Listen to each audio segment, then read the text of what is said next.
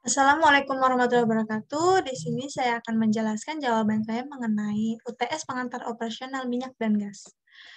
Sebelumnya perkenalkan terlebih dahulu, nama saya Royatul Jana dengan NIM 190201115, kelas Fire and Safety C.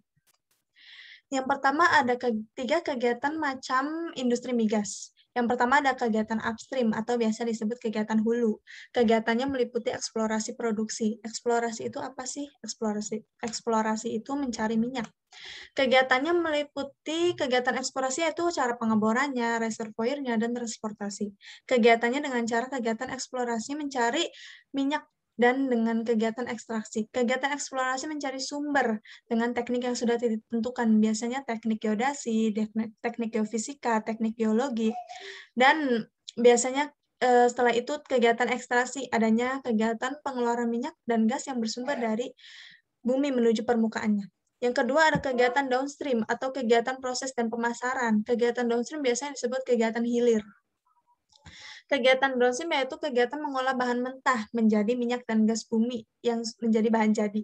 Hilir melakukan penyulingan minyak mentah dan memproses pemurnian gas alam. Kegiatan proses pemasarannya meliputi pengolahan, pemasaran, petrokimia, penyimpanan, dan transportasinya.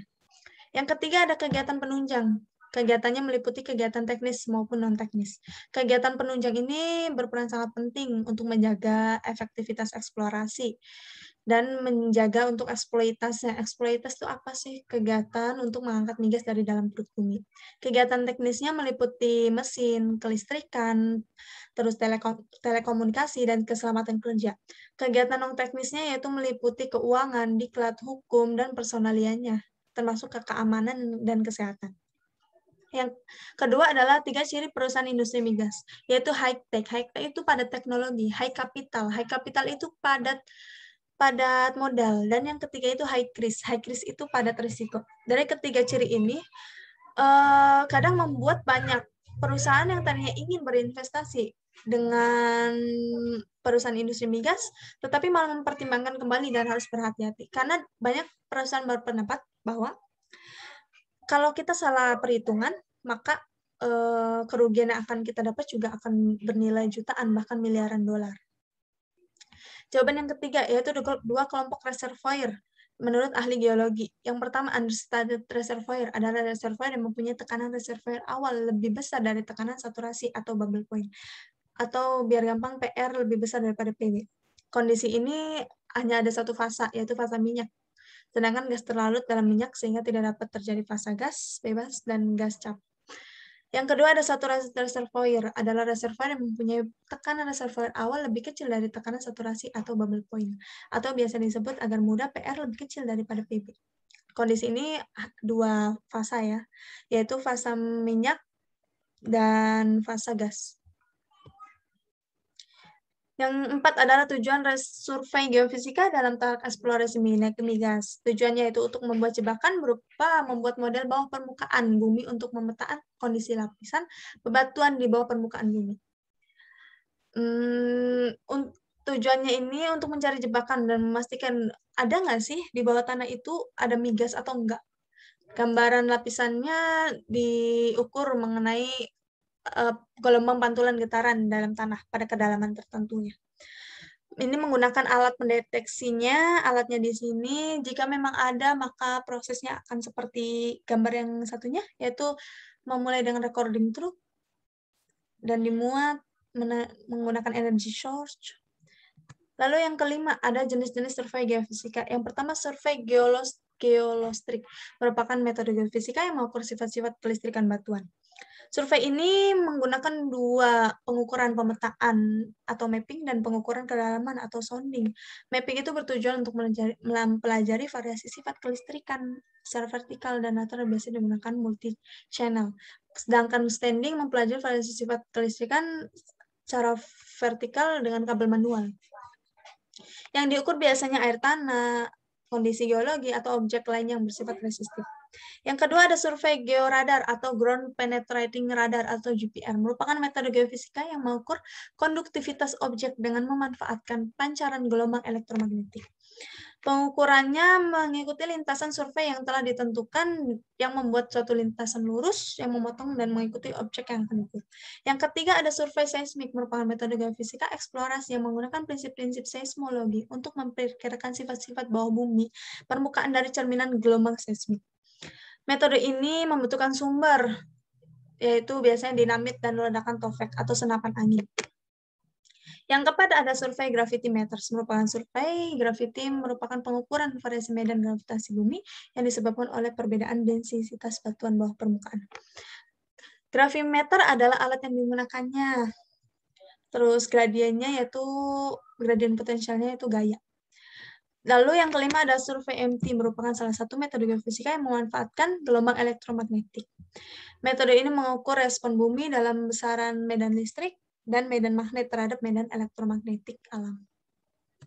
Yang keenam ada diagram fase sistem hidrokarbon. Yang pertama, poin A, bubble point, artinya titik gelembung. Titik gelembung yaitu temperatur gelembung saat cairan mulai membentuk gelembung uap sesuai dengan tekanan yang diberikan. Yang ke poin B ada dew point, yaitu titik suhu di mana akan mengakibatkan terjadinya pengembunan pada kelembaban tertentu. Contohnya, operasional kandang tertutup agar mampu menghindari terjadinya pengumpulan kotoran akibat kotoran yang basah. Karena kotoran yang basah juga dapat mengakibatkan terjadinya peningkatan kenaikan kadar amoniak. Yang poin C, low shrinkage oil, hidrokarbon dengan turunnya tekanan akibat proses produksi hanya sedikit fase cairan yang akan berubah menjadi fase gas. Maksudnya itu fase gasnya itu kecil gitu. Disebabkan karena adanya komponen berat dalam hidrokarbon dan hanya akan mulai keluar gas bila komponen-komponen ringannya mulai bergerak menguap. Contoh komponen ringannya yaitu metana, etana, dan propana. Poin D ada high shrinkage oil atau sedikit penurunan tekanan menghasilkan besar penurunan presentase fase cair. Dengan turunnya tekanan high shrinkage oil akan menguapkan cairan menjadi gas yang cukup banyak karena kandungan komponen ringan cukup banyak di dalam sistem hidrokarbonnya. Yang poin E ada retrograde condensate gas. Terjadi ketika gas dalam tabung dikompresi di luar titik kondensasi dengan efek bahwa cairan menguap lagi. Bila tekanan dan temperatur turun sampai ke kondisi separatornya, maka akan diperoleh hidrokarbon sebagai gas. Dengan demikian banyak minyak yang diperoleh menjadi berkurang. Yang poin F ada dry gas, yaitu gas kering atau gas yang tidak mengandung fraksi yang mudah mengembun pada kondisi standar. Yang dimaksud dengan dry gas itu apa sih? Kondisi hidrokarbon. Bila tekanan dan temperaturnya menurun, tidak akan berbentuk cairan. Yang poin G atau ada wet gas. Wet gas itu gas basah atau gas dengan sejumlah kecil cairan yang ada. Gas basah menggambarkan berbagai kondisi yang bervariasi dari gas lembab. Yang dimaksud agar lebih mudah, wet gas itu yaitu kondisi hidrokarbon yang bila temperaturnya diturunkan akan menghasilkan cairan. Ini merupakan gambar ilustrasinya. Ini alat yang digunakan dalam dew point. Dan ini tekanan dari itu. Macam-macam diagram fase sistem hidrokarbonnya. Ini diagramnya ya. Lalu ada sifat-sifat fisik hidrokarbon. Ini adalah nomor 7. Yang pertama, faktor volume formasi minyak atau BO. Volume minyak pada tekanan dan temperatur reservoir yang ditempati oleh salah satu stok tank barel minyak dan gas dalam lautan. Sebagai perbandingan antara volume minyak termasuk gas yang terlarut dalam kondisi reservoir dengan volume minyak pada kondisi standar, itu fungsinya. Yang kedua ada viskositas minyak, yaitu suatu ukuran tentang besarnya keenggaan minyak untuk mengalir dengan satuan centipoise atau CP atau gram per 100 detik per 1 cm. Viskositas dipengaruhi oleh temperatur, tekanan, dan jumlah gas yang terlarut dalam minyak tersebut. Kenaikan temperatur akan menurunkan viskositas minyaknya. Dengan bertambahnya gas yang terlarut dalam minyak, maka viskositas minyaknya juga akan turun. Yang ketiga ada API gravity, yaitu perbandingan suatu zat jika dibandingkan dengan air murni pada temperatur standar. Jadi artinya jika minyak bumi rendah, maka titik didihnya tinggi. Demikian sebaliknya. Kalau derajat apinya tinggi, maka titik didihnya rendah. Dan juga akan mudah terbakar atau mempunyai titik nyala yang lebih rendah daripada derajat apinya rendah. Ini gambar ilustrasinya tentang API gravity. Yang ke-8, nomor 8, yaitu 5 sistem pengeboran migas. Yaitu yang pertama adalah power system, atau biasa disebut dengan sistem tenaga. sistem tenaga itu untuk mendistribusikan listrik dari pembangkit ke pengguna. Contohnya yaitu berupa genset raksasa. Fungsi gensetnya itu untuk meneruskan tenaga yang diperlukan untuk mendukung adanya pengeboran. Yang kedua ada hoisting system atau sistem angkat.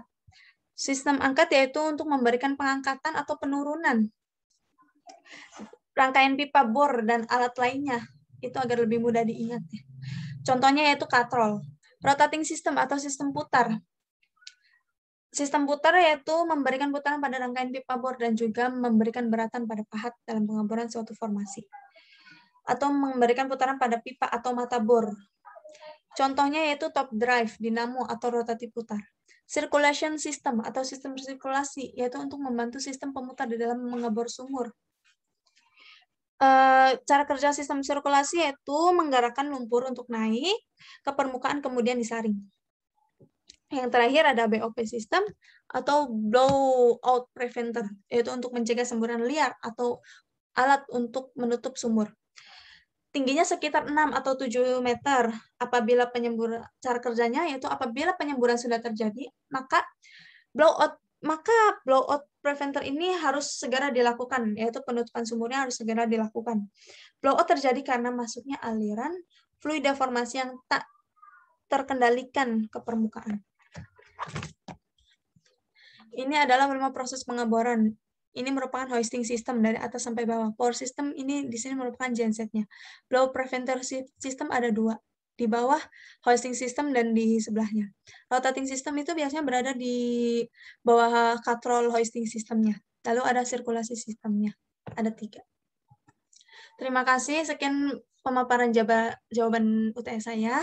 Kurang lebihnya mohon maaf. Billahi taufiq wal hidayah. Wassalamualaikum warahmatullahi wabarakatuh.